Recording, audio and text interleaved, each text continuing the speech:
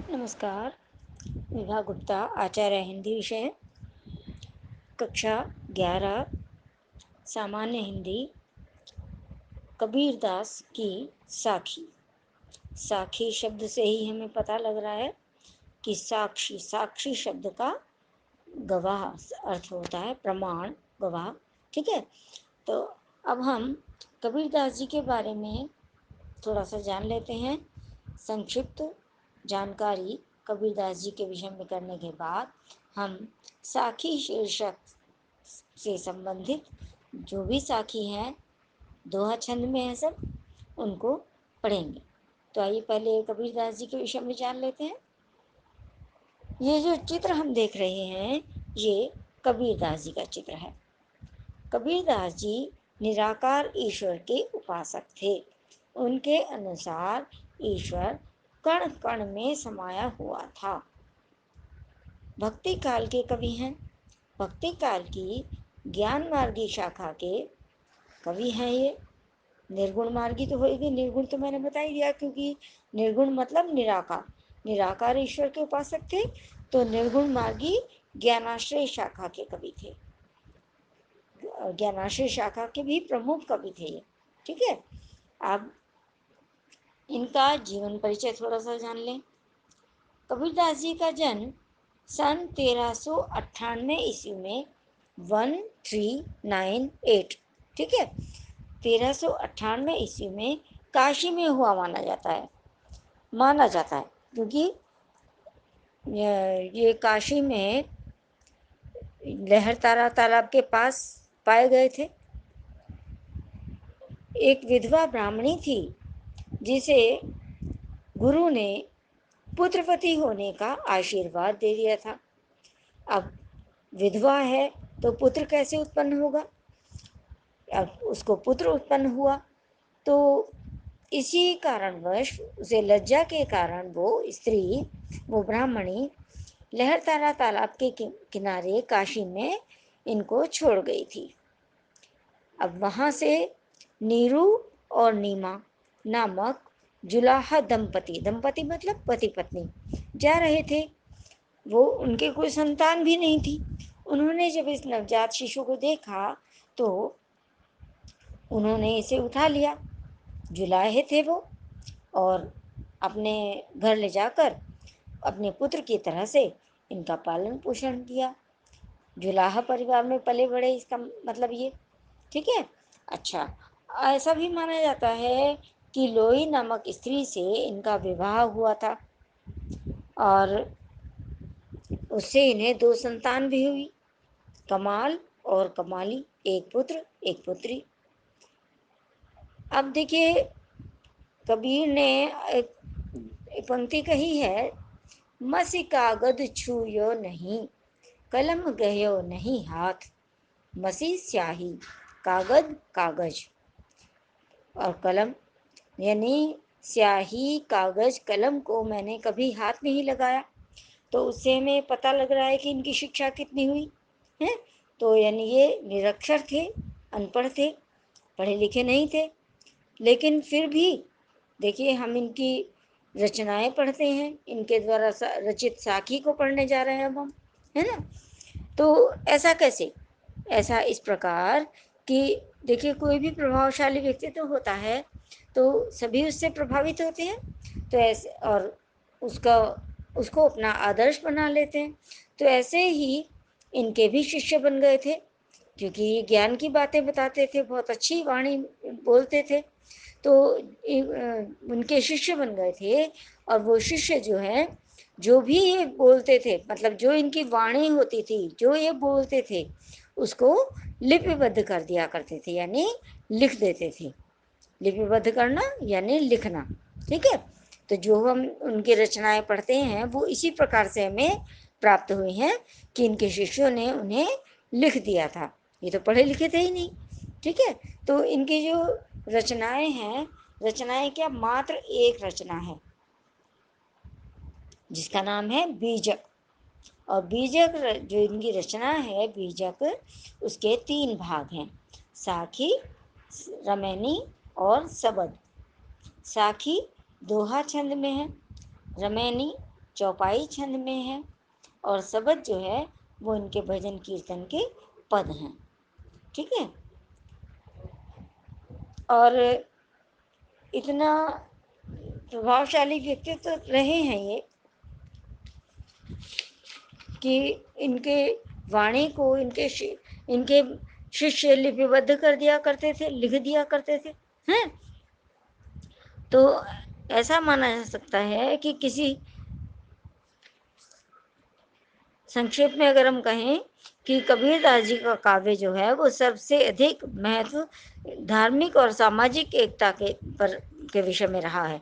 मतलब इन्होंने जो बाह्य आडंबर थे, रूढ़ियाँ थी, मतलब किन्हीं बातों को हम मानते ही चले जाते हैं भले ही में उनका अर्थ ही पता ना हो, है, तो उसका इन्होंने घोर विरोध किया है। और ज्ञान की बातें बताई हैं बहुत सारी। अच्छा, अगर हम इनकी भाषा की बात करते हैं तो इनकी भाषा सधुक्कड़ी कही गई है या फिर पंचमेल खिचड़ी। ऐसा क्यों? क्योंकि ये पढ़े लिखे तो थे नहीं, तो जिस भी भाषा का कोई भी शब्द इन्हें मिल जाता था तो ये उसी को अपनी वाणी से बोल दिया करते थे और उनके शिष्य उसे लिपिबद्ध कर दिया करते थे। तो ये चाहे अरबी, फारसी, कोई भी भाषा हो, पंजाबी, राजस्थानी, अवधी, बहुत सारी भाषाओं, तो खिचड़ी भाषा हो गई एक तरह से। तो इसीलिए इनकी भाषा को सधुक्कड़ी या पंचमेल खिचड़ी नाम दिया गया है। छंदों का इन्हें ज्ञान नहीं था, लेकिन फिर भी छंदों की स्वच्छंदता ही मतलब किस प्रकार स्पष्ट रूप से दिखाई देते हैं हमें इनके काव्य में। कबीर के काव्य की सुंदरता बन गई। हमने कहा ना कि साखी जो इन्होंने इनकी है वो दोहा छंद में है। अभी बात आई थी ना छंद की। एक बात ये है कि ये समाज सुधारक रहे हैं बहुत बड़े, क्योंकि समाज सुधार के लिए इन्होंने अपने दोहों में, अपनी रचनाओं में बहुत सारी बातें बताई हैं। जो दिखावा करते थे, आडंबर रचते थे, उसका इन्होंने घोर विरोध किया है। ठीक है। कहीं कहीं सूक्तियों के चमत्कार भी दिखाई देते हैं इनके काव्य में। हठ योग और रहस्यवाद की विचित्र अनुभूतियों का वर्णन करते समय कबीर की भाषा में लाक्षणिकता आ गई। ऐसे स्थलों पर संकेतों और प्रतीकों के माध्यम से बात कही गई है। ठीक है। अच्छा, एक बात ये थी कि लोगों के मन से जो भ्रम थे वो भी इन्होंने दूर किए हैं। तो उन भ्रम को दूर करने के लिए उस समय में ये बात प्रचलित थी कि काशी में मरने से स्वर्ग मिलता है और मगहर में मरने से नरक प्राप्त होता है। तो जब इन्होंने अपना अंतिम समय निकट जाना तो ये मगहर चले गए थे। लोगों के मन से इस भ्रम को दूर करना चाहते थे कि मगहर में मरने से नरक मिलेगा, तो ये मगहर ही गए हैं। और वहाँ सन 1518 ईस्वी में इनकी मृत्यु हो गई। इनका जो भौतिक शरीर था वो पंच तत्वों में विलीन हो गया। अब हिंदू और मुस्लिम दोनों ही झगड़ने लगे इस बात पर कि हम अपनी रीति से इसका संस्कार करेंगे, यानी हिंदू अपनी रीति से इनका संस्कार करना चाहते थे, मुस्लिम अपनी रीति से इनका संस्कार करना चाहते थे। लेकिन जब शव पर से चादर हटाई गई तो शव के स्थान पर पुष्प राशि मिली और दोनों ही संप्रदाय के लोगों ने आपस में आधा आधा बांट लिया। अब दोनों ने अपनी अपनी रीति से इनका अंतिम संस्कार कर दिया। हजारी प्रसाद द्विवेदी के ये शब्द भी कबीर के संदर्भ में बहुत अधिक महत्वपूर्ण हैं। हिंदी साहित्य के 1000 वर्षों के इतिहास में कबीर जैसा व्यक्तित्व लेकर कोई उत्पन्न नहीं हुआ। महिमा में यह व्यक्तित्व केवल एक ही प्रतिद्वंद्वी तुलसीदास जानता है। इसके बाद हम साखी शुरू करते हैं पढ़ना कबीरदास की। बलिहारी गुरु आपने द्योहाड़ी के बार जिन्हें मानिश तै देवता करत न लागी बार। कबीरदास जी गुरु की महिमा का वर्णन करते हुए कह रहे हैं कि मैं अपने गुरु पर दिन में कई बार, द्योहाड़ी कई बार, दिन में कई बार स्वयं को गुरु पर न्यौछावर कर देना चाहता हूँ। जिन्हें मानिश तय देवता, मतलब जिन्होंने मुझे ज्ञान देकर मनुष्य से देवता बनाने में थोड़ी सी भी देर नहीं लगाई। मतलब उन्होंने मुझे ज्ञान दिया और ज्ञान उसमें थोड़ी सी भी देर नहीं लगाई, अविलंब मुझे ज्ञान प्रदान किया। तो उनके ज्ञान से मुझ में देवत्व की अनुभूति होने लगी। मनुष्य से देवता बनाने में मुझे जरा सी भी देर नहीं लगाई उन्होंने। ठीक है ना। मतलब जब ज्ञान प्राप्त हो जाता है तो वो देवत्व की अनुभूति होने लगती है ना मनुष्य को। अब अगले साखी की तरफ पढ़ते हैं। सतगुरु की महिमा अनंत, अनंत किया उपकार, लोचन अनंत उघाड़िया, अनंत दिखावन हार। कबीरदास सच्चे गुरु की महिमा का वर्णन करते हुए कबीरदास जी कह रहे हैं कि मेरे जो सच्चे गुरु हैं उनकी महिमा तो अपरंपार है। अनंत मतलब जिसका कोई अंत ना हो। ठीक है ना। और उन्होंने मुझ पर अनंत किया उपकार, यानी मुझ पर असीम उपकार किए हैं। उन्होंने मेरे ज्ञान के चक्षु खोलकर, मतलब मुझे ज्ञान प्रदान किया। लोचन अनंत उघाड़ियाँ, अनंत दिखावनहार। मुझे जो ज्ञान प्रदान किया तो मेरे ज्ञान रूपी चक्षु उन्होंने खोल दिए और उस अनंत सत्ता अर्थात परमात्मा के दर्शन मुझे करा दिए। दीपक दिया तेल भरी, ये तीसरी साखी शुरू हो गई है। दीपक दिया तेल भरी, बाती दई अघट, पूरा किया बिसाहुणा, बहुरिन आवो हट। अब देखिए कौन सा दीपक, कौन सी बत्ती लगाई, कौन सा तेल है ना। तो कबीरदास जी गुरु द्वारा जो उन्हें ज्ञान दिया गया उसका प्रभाव वर्णित करते हुए कह रहे हैं कि गुरु ने शिष्य के शरीर रूपी दीपक को ईश्वर के प्रेम रूपी तेल से भर दिया। मतलब तेल जो है ईश्वर का प्रेम है वो है, और दीपक शिष्य का शरीर रूपी दीपक। ठीक। और उसमें ज्ञान रूपी अक्षय, यानी कि कभी ना घटने वाली, कभी समाप्त ना होने वाली बत्ती लगा दी। कौन सी बत्ती? ज्ञान रूपी बत्ती, जो कभी समाप्त ना हो, ऐसी बत्ती डाल दी उसमें। उसकी ज्योति से जीव की मतलब प्राणी की जो सांसारिक वासनाएं थी वो सब समाप्त हो गई। मतलब मनुष्य संसार में रहते हुए भटक जाता है, इधर उधर उसका ध्यान चला जाता है, तो ज्ञान के माध्यम से सारी वासना समाप्त हो गई। यानी कि सांसारिक भावनाओं का क्रय विक्रय, मतलब जो संसार में विविध भावनाएं मनुष्य के मन में उत्पन्न हो जाती हैं वो सब समाप्त हो गए। तो यानी क्रय विक्रय, यानी जो कुछ भी करना था वो सब समाप्त हो गया। परिणाम स्वरूप जीव को, जो जीव होता है ना आत्मा प्राण, उसे आवागमन के चक्र से मुक्ति मिल गई। पूरा किया बिसाहुणा, बहुरिन आमोहट।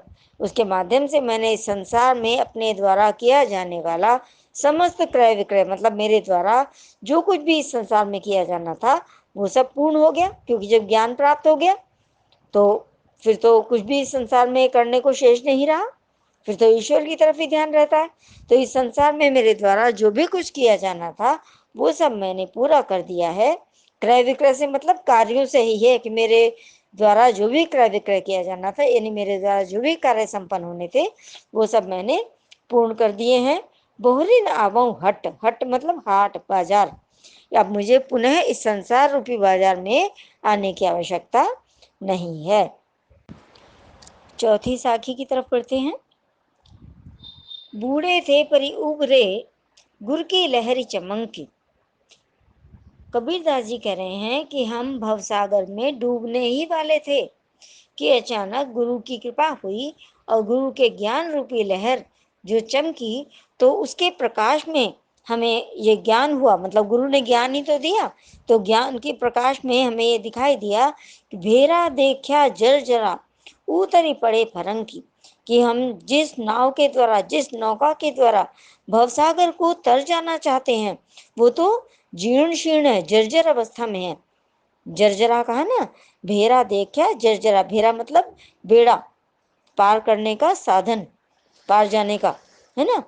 तो वो जर्जर अवस्था में है और हम तुरंत ही उससे कूद कर उतर गए, उससे अलग हो गए, भवसागर से पार हो गए। तो ये जो भेड़ा शब्द आया है, भेड़ा, नाव या बेड़ा अर्थ लगाया जाता है इसका, लेकिन लक्षणा शब्द शक्ति के अनुसार हम इसका अर्थ देखें तो ये वो साधन है जिसके सहारे हम पार जाना चाहते थे। मतलब हम जिस नाव के द्वारा उस भवसागर के उस पार जाना चाहते थे वो जीर्ण शीर्ण अवस्था में था। तात्पर्य ये है कवि के कहने का कि हमने देखा हमारा तन रूपी बेड़ा, शरीर जो है हमारा, वो अत्यंत जर्जर है और हम तुरंत शरीर से अनासक्त हो गए, मतलब शरीर के प्रति अपनी आसक्ति छोड़ दी हमने, शरीर का मोह छोड़ दिया। 5वीं साखी की तरफ चलते हैं, शुरू करते हैं। चिंता तो हरि नाम की और न चिंता दास, जे कछु चितवै राम बिन सोई काल की पास। कबीरदास जी जो हैं गुरु के ज्ञान के विषय में वर्णन कर रहे हैं। एक सच्चे सेवक साधक के गुणों का वर्णन करते हुए कबीरदास जी हरि के सच्चे सेवक के रूप में ईश्वर का ही चिंतन करते हैं। उनके अनुसार वो कहते हैं कि यदि संसार में कुछ भी चिंतन करना है, चिंता मतलब चिंतन, चिंता तो हरि नाव की, नाव मतलब नाम, अगर इस संसार में कुछ भी चिंतन करना हो तो केवल प्रभु के नाम का ही चिंतन करना चाहिए और न चिंता दास, इसके अतिरिक्त और कोई भी चिंतन उचित नहीं और कोई भी चिंतन नहीं करना चाहिए। जे कछु चित वह राम बिन, क्योंकि राम के नाम के अतिरिक्त यदि कुछ भी चिंतन किया जाए, मतलब हमारा ध्यान इधर उधर कहीं भी लगे, सोई काल के पास, तो वो सब काल के पास अर्थात मृत्यु के जाल में फंसाने वाला होता है। केवल राम का नाम ही मोक्ष प्रदान करने वाला है, वो ही पार ले जाने वाला है। अब छठी साखी की तरफ चलते हैं, छठी साखी पढ़ेंगे। तू करता तू भया, मुझ में रही न हूँ, बारी फेरी बलि गई, जित देखा तित तू। कबीरदास जी कह रहे हैं कि हे प्रभु, तेरा नाम रटते रटते मुझ में रही न हूँ मतलब अहंकार, मतलब तेरा नाम रटते रटते मैं तेरे ही रूप वाला हो गया और मेरे अंदर जो अहंकार था वो समाप्त हो गया, मतलब परमात्मा मय हो गए ना प्रभु का नाम रटते रटते। और आगे वो कह रहे हैं कि मैं प्रभु का नाम रटते रटते मैं तेरे ही रूप जैसा हो गया हूँ, मतलब मेरा अपना स्वरूप क्या है इसका मुझे कोई भान ही नहीं है, इस तरफ मेरा ध्यान ही नहीं है। परमात्मा में लीन होने के कारण अहम भाव समाप्त हो गया। अभी बताया ना कि मुझ में रही न हूँ, यानी मेरा अहंकार समाप्त हो गया। तो इसी कारण जो जन्म मरण का मेरा बंधन था, यानी बारी फेरी बलि गई, इस संसार में आने का जो मेरा क्रम था वो भी समाप्त हो गया है। अब जन्म मरण का चक्र भी मेरे लिए नहीं है, जिधर देखता हूँ उधर तू मुझे दिखाई देता है। जित देखा होते थे तुम, जहाँ भी देखता हूँ वहाँ मुझे तू दिखाई देता है। कवि का मंतव्य है, कवि कहना चाहता है कि प्रभु का स्मरण करते करते भक्त ने परमात्मा का ही रूप प्राप्त कर लिया।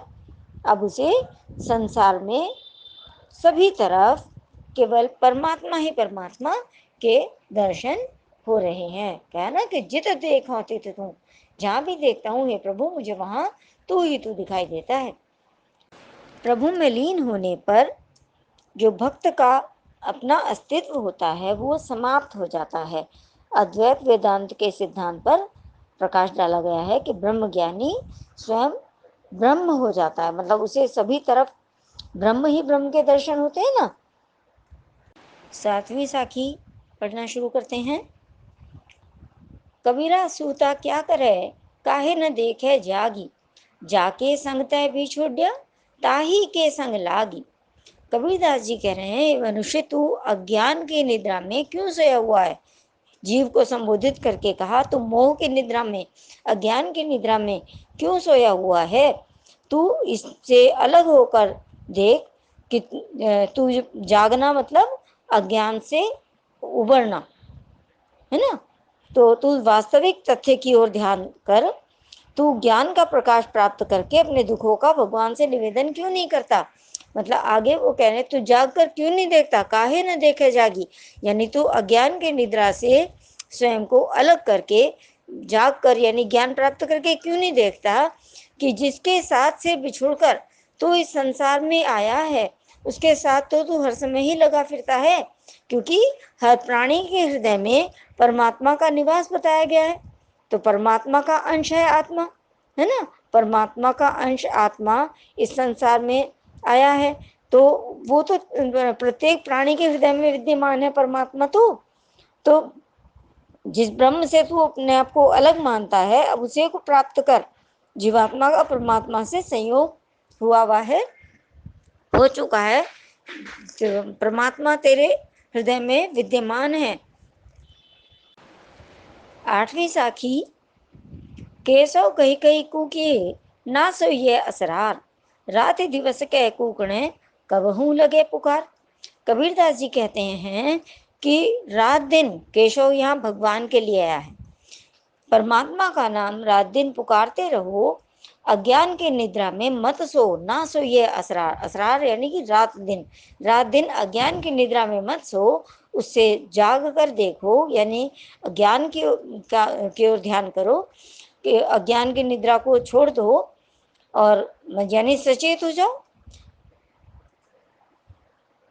ना सो ये असरार कहा ना, रात ही दिवस के कूकणे कबहू लगे पुकार। कबीरदास जी का कहना है कि जब रात दिन लगातार तुम परमात्मा का नाम पुकारते ही रहोगे तो कभी ना कभी ईश्वर तुम्हारी पुकार अवश्य सुनेंगे। इसलिए अज्ञान की निद्रा में मत सो और रात दिन निरंतर परमात्मा का नाम स्मरण करते रहो।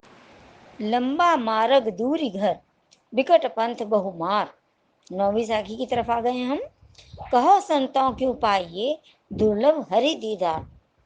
कबीरदास जी कह रहे हैं कि ईश्वर प्राप्ति का जो मार्ग है वो बहुत लंबा है, कठिन है। परमात्मा का घर यानी जहाँ जिनको परमात्मा को हम प्राप्त करना चाहते हैं वो स्थान बहुत दूर है, परमात्मा का घर है।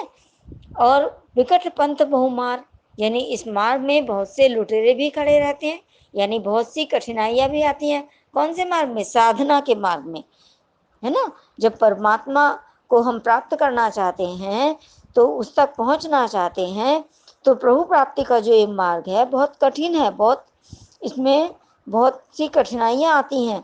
लुटेरे कहा गया है जो सांसारिक आकर्षण है, मोह माया, मतलब हम प्रभु की भक्ति में लगते हैं तो मोह माया, विविध वासनाएं, संसार के बहुत से आकर्षण, उनकी तरफ हमारा ध्यान चला जाता है, तो उन्हें इस मार्ग की, साधना के मार्ग की कठिनाइयां कहा गया है।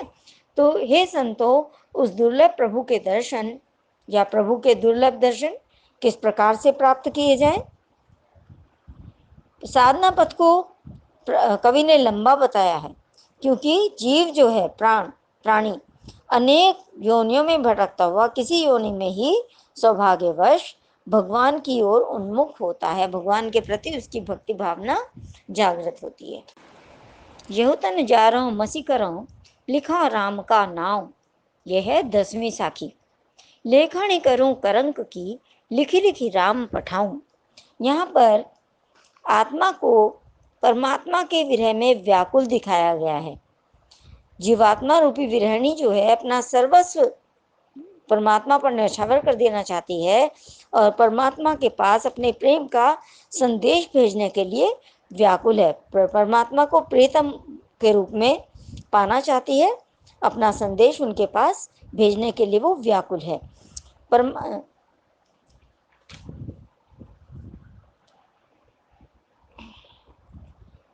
परमात्मा के विरह में व्याकुल जीवात्मा कह रही है कि मैं अपने शरीर को जलाकर उसकी स्याही बनाऊंगी। यहू तन जा रहा हूं मसी करो, मसी मतलब स्याही। करिए मैं अपने शरीर को जलाकर स्याही बनाऊंगी और लिखा राम का नाम, उससे लगातार राम का नाम लिखती रहूंगी। लेखनी करूं करंक की, करंक हड्डियां, और अपनी हड्डियों की मैं लेखनी बनाऊंगी और लिख लिख कर राम का नाम पढ़ती रहूंगी। लिखी लिखी राम पठाऊं, लिख लिख कर उस स्याही से हड्डियों के लेख नहीं बनाऊंगी और अपने जो शरीर को जलाकर मैं स्याही बनाऊंगी, उससे राम का नाम निरंतर लिखती रहूंगी और लिख लिख कर प्रीतम राम के पास बार बार भेजती रहूंगी, जिससे मुझ विरहिणी की विरह दशा और पीड़ा को प्रभु समझ सकेंगे। यहाँ पर जो आत्मा के परमात्मा के प्रति विरह दिखलाया गया है, आत्मा जो है, आत्मा रूपी विरहिणी परमात्मा के विरह में व्याकुल है, उन तक अपना संदेश, अपना प्रेम का संदेश भेजना चाहती है।